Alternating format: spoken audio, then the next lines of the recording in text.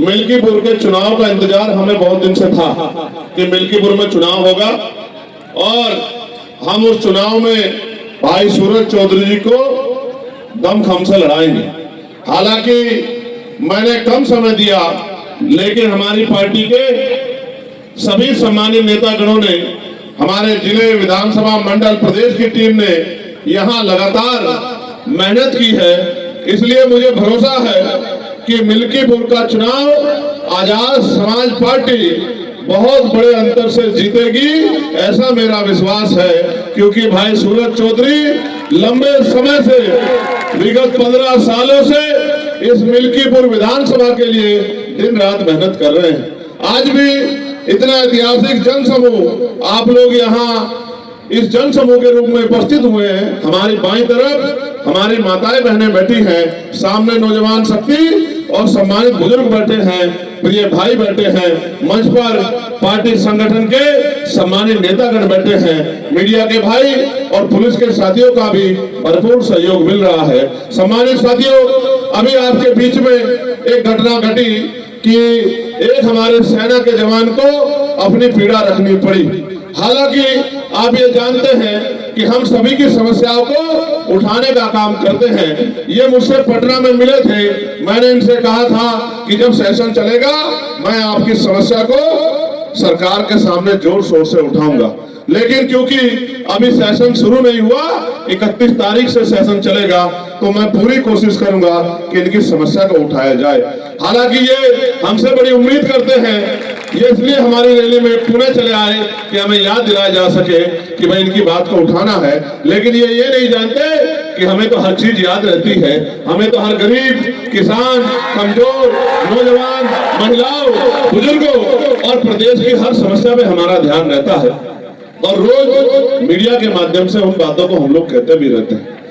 आज जब मैं यहाँ पहुंचा हूँ तो आप और मैं जानते हैं कि उत्तर प्रदेश में किस तरह के हालात हैं, उत्तर प्रदेश में किस तरह के हालात बने हुए हैं। उत्तर प्रदेश में कल प्रयागराज में जहां महाकुंभ हो रहा है, वहां भगदड़ मच गई। भगदड़ मचने से कई लोगों की जान चली गई, बहुत सारे लोग घायल हैं, अस्पतालों में बेड नहीं है, दवाइयां नहीं है।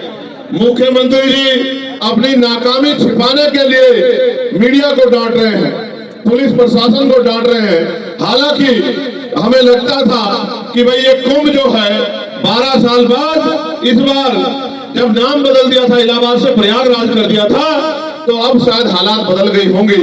लेकिन ये सच नहीं है, नाम बदलने से हालात नहीं बदलते, इच्छा शक्ति करके हालात बदले जा सकते हैं। सरकार की इच्छा शक्ति ही हालात बदलने की नहीं है। आज हम मिल्कीपुर में हैं, आप बताओ इस मिल्कीपुर में 60-70% मकान कच्चे हैं या नहीं है? बताओ अपने आप हाथ उठा के मिल्कीपुर वालों। ये किसकी देन है? या किसकी सरकार है? 7 साल से कौन मुख्यमंत्री है? उनसे पहले कितने मुख्यमंत्री रहे? आप ये बताओ, जिन्होंने आजादी के 75 साल बाद भी आपके कच्चे मकान नहीं देखे, आपका भूखा पेट नहीं देखा, बेरोजगारी से आपको तड़पते नहीं देखा, रोटी के लिए मोहताज नहीं दिखा, बिना इलाज और पैसे की कमी कारण मरते नहीं देखा, उनको क्या फर्क पड़ता है कि आप जियो या मरो? यहाँ चुनाव हो रहा है, सारी पार्टियां लड़ रही हैं, वो भी लड़ रही जिनकी सरकार है और जिनके पहले एमएलए थे वो भी लड़ रहे हैं। लेकिन आप कहाँ हो इस भीड़ में? कभी कोई जीतता है, कभी कोई जीतता। आप कब जीते? आपकी बात कब हुई? आपकी आवाज किसने उठाई? सरकार पे सारे अधिकार हैं, सरकार पे सारी शक्ति है। अगर चाहते तो 3 महीने में यहाँ के सारे मकान पक्के हो जाते, यहाँ रोजगार के साधन खड़े हो जाते, इंडस्ट्रियल एरिया लग जाता, यहाँ के लोगों को वहाँ चौक पे जाकर मजदूरी नहीं करनी पड़ती, वहाँ जाकर बिकने के लिए नहीं जाना पड़ता। लेकिन सरकार की इच्छा शक्ति नहीं है, और इच्छा शक्ति आज की बात नहीं है, इच्छा शक्ति तो सदियों से नहीं रही। अगर सदियों से इच्छा शक्ति रही होती तो इस देश में बाबा साहब अम्बेडकर को अपनी पार्टी नहीं बनानी पड़ती। इस देश में तमाम पार्टियां होते बाबा साहब अम्बेडकर ने अपनी पार्टी बनाई और पार्टी बना के समाज को संदेश दिया कि जिनका दल होता है उनमें बल होता है और जिनमें बल होता है उनकी समस्याओं का हल होता है। अगर आप अपनी समस्या का हल चाहते हैं तो आपको अपना दल और अपना बल बनाना पड़ेगा। दल बनके तैयार है, नगीना के लोगों ने दल में ताकत भी झोंक दी है। इस बार बारी मिल्कीपुर की है, मिल्कीपुर वाले भी इस बार ताकत झोंक दो, फिर आप देखना जिस तरह पार्लियामेंट में चंद्रशेखर आजाद आपकी आवाज उठाते हैं उसी तरह लखनऊ की विधानसभा में सूरज चौधरी दहाड़ दहाड़ के आपके क्षेत्रों के लिए लड़ने का काम करेंगे।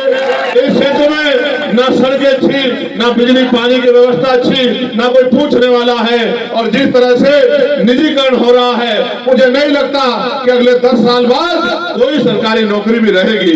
400-500 रुपए की मेहनत मजदूरी करके आप मुख्य धारा में नहीं जुड़ सकते हो। मेरे लोगों जो मजदूरी कर रहे हैं उनको देख लो, घर बनाने में उनके जूते घिस गए हैं। मुख्य धारा में जुड़ने के लिए आपको रोजगार चाहिए, पक्की नौकरी चाहिए, आपको लोन नहीं मिलना चाहिए जिससे आप दो धंधे लगा सको, आपको अच्छी शिक्षा मिलनी चाहिए, अच्छा हेल्थ सिस्टम यहाँ बनना चाहिए। लेकिन मैं जानता हूँ ये सरकार समझती है कि अगर हेल्थ सिस्टम अच्छा हुआ तो ये जो प्राइवेट हॉस्पिटल है यहाँ जो महंगा महंगा इलाज हो रहा है वो इलाज कोई नहीं लेगा।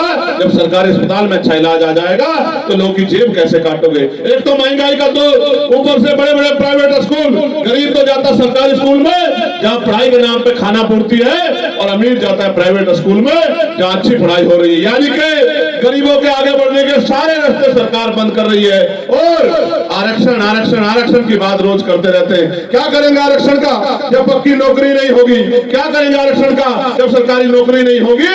आज तो पिछड़े वर्ग के लोग, बहुत बड़ी आबादी यहाँ रहती है, पिछड़े वर्ग के लोग अपने दिल पे हाथ रख के पूछे कि इन सरकारों ने आपको क्या दिया है? जिनकी 52% आबादी थी उनको 52% हिस्सेदारी मिलनी चाहिए थी। 52% आबादी को 12, 14, 15% हिस्सेदारी भी सही तरह नहीं मिल रही और कोई पूछने वाला नहीं है। पहले पुलिस की भर्ती आती थी, टीचर की भर्ती आती थी, पटवारी सेक्रेटरी की भर्ती आती थी, फोर्थ क्लास की चपरासी की भर्ती आती थी। आज तो अगर कोई आता है तो बस हमारी आहें और हमारा दर्द जो हम एक दूसरे से सुनते हैं, कोई पूछने वाला नहीं है। मैं तो धन्यवाद दूंगा सूरज चौधरी का कि विगत कितने सालों से वो क्षेत्र की सेवा कर रहे हैं। हालांकि बड़ी बड़ी पार्टियों ने उनको नकार दिया, बड़े पैसे वाले साधन वाले लोगों ने उनकी अहमियत को नहीं समझा, लेकिन आजाद समाज पार्टी मेहनत करने वालों की कदर करती है, लड़ने वाले लोगों की कदर करती है। इसलिए हमने तय किया कि भाई सूरज चौधरी जी को हम लोग मौका देंगे और सूरज चौधरी जी यहाँ से जीत के अगर जाएंगे तो आपकी आंखों में आंसू नहीं आने देंगे, आपकी आवाज उठाने का काम करेंगे। मैं जो आपसे कह रहा था, जब मैंने इस बार कुंभ पे कुछ बात कही थी तो मेरी बात को इधर किया गया, लेकिन आज तो महामंडलेश्वर बोल रहे हैं कि प्रशासन के निकम्मेपन की वजह से, सरकार के निकम्मेपन की वजह से ये घटनाएं हुई है। आज सरकार के पास उनका जवाब है। मैंने तो कहा था मन चंगा तो कटौती में गंगा, यानी कि जिसका मन साफ सुथरा है उसे कहीं जाने की जरूरत नहीं है। लेकिन आप बताओ, आप तो नारा देकर बुला रहे थे कि आ जाओ अमृत वर्षा हो रही है, लेकिन जब ये गरीब अमृत वर्षा में गए तो इनकी जान की रक्षा भी नहीं कर पाए। मैं मीडिया के माध्यम से कहना चाहता हूँ ये हत्याएं हैं और इनकी हत्या का दोषी सरकार है, मुख्यमंत्री है। मुख्यमंत्री को जवाब देना चाहिए कि उनके कुप्रबंधन की वजह से इतने लोगों की जान गई जो आए तो इस पाप धोने थे, पुण्य कमाने थे, लेकिन वो इस लायक भी नहीं कि अपने बच्चों में चले जाएं। किसी की बच्ची चली गई, किसी की मां चली गई, किसी का बेटा चला गया और सब लोग मिलकर आज गरीबों की लाशों में हंस रहे हैं। इसलिए मैं आपसे कहना चाहता हूं, ये सरकार सब कुछ दे सकती है लेकिन आपको इज्जत की जिंदगी नहीं दे सकती है।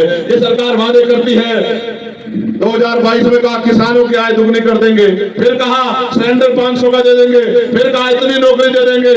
अगर मैं याद गलत नहीं हूं तो अभी प्रयागराज में यूपीएससी के बाहर कितने बच्चे आंदोलन कर रहे थे 4 दिन तक, एक नौकरी नहीं दी मुख्यमंत्री ने।